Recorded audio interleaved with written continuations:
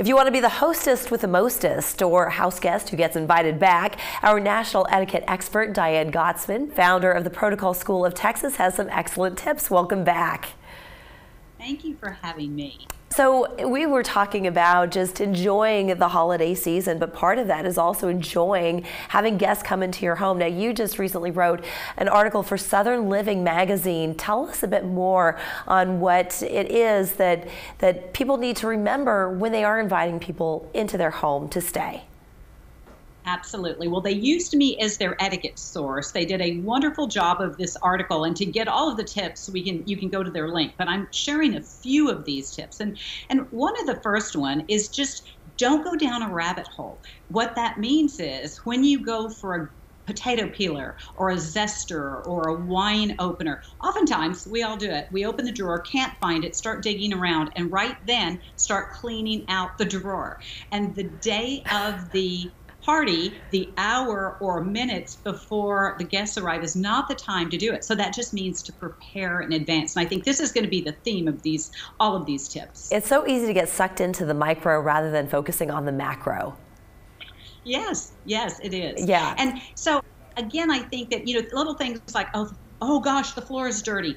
Well, we're trying to cook food, we're trying to prepare, and all of a sudden we're mopping the floors. And then a guest is going to walk in with a wet floor and trip. So, and I have experienced this recently. I think I'm a pretty good housekeeper, when it comes to keeping everything neat and clean. And I sat down on my chair to greet guests, and there was a film of dust on one of the tables. And, our instinct is to want to get up and use our napkin and clean it, or go get the cleaner and the spray. But I think that if we do this earlier in the day, whatever settles.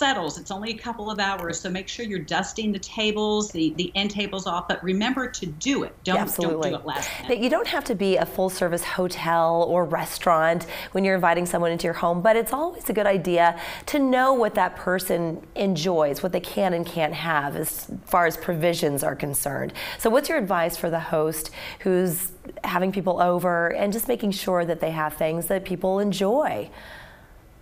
Yes. Well, first of all, you need to know if they're allergic to any food product, because you want to keep them healthy and safe in your home. So when you extend the invitation, ask then, is there anything you're allergic to? It could be pet dander, which might be a problem if you have some furry family members. That's right. So know in advance so you can anticipate.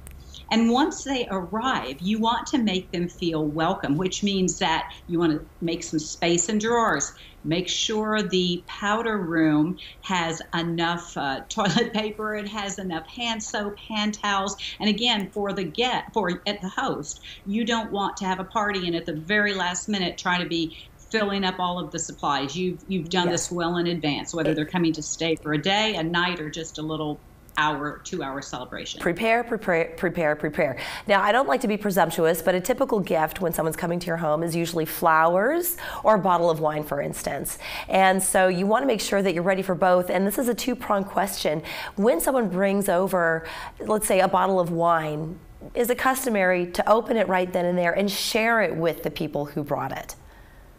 So I'm so glad you asked that question, because people are so confused. So that is a host gift generally, and the host does not have to serve it that evening. So don't bring a chilled bottle of wine. Now, if you are bringing it for the table, ask the host before you arrive and say, listen, I'd like to share one of my favorite wines. Would you mind? Because they may have this set menu and they don't want it to get disturbed. Sure. So in terms of flowers, flowers are a lovely gift, but you want to either have them delivered in advance or bring them in a vase. It can be an inexpensive vase, but just something so the host does not have to stop. So my tip is make sure you have vases ready, because someone is going to show up with a lovely bouquet and they're going to hand it to you, and then you have to stop and take care of it and prepare it. So just have everything ready just in case. And going back to sort of the housekeeping part of this, I have actually been to people's homes where the restroom, the powder room is missing, hand towels, toilet paper, things like that. I mean, that has just got to be common sense to make sure that you have those things at the ready. it's probably one of the worst things that could happen on both parts because it leaves a lasting impression. So certainly you want everything to be in full supply, but also just know that someone may look for extra soap or an extra hand towel. So make sure that your drawers are nice and neat underneath. You know, you've done this days in advance. Indeed. So if they are looking for something, it's there. Absolutely. Well, you've got so many wonderful tips. People can go to southernliving.com for more information. You've got a whole laundry list of tips and tricks. I want to thank you again, Diane, for coming on and sharing with us. My pleasure. It's so great to be with you. Happy holidays. Happy holidays to you as well. We'll see you in the new year. We're back after this.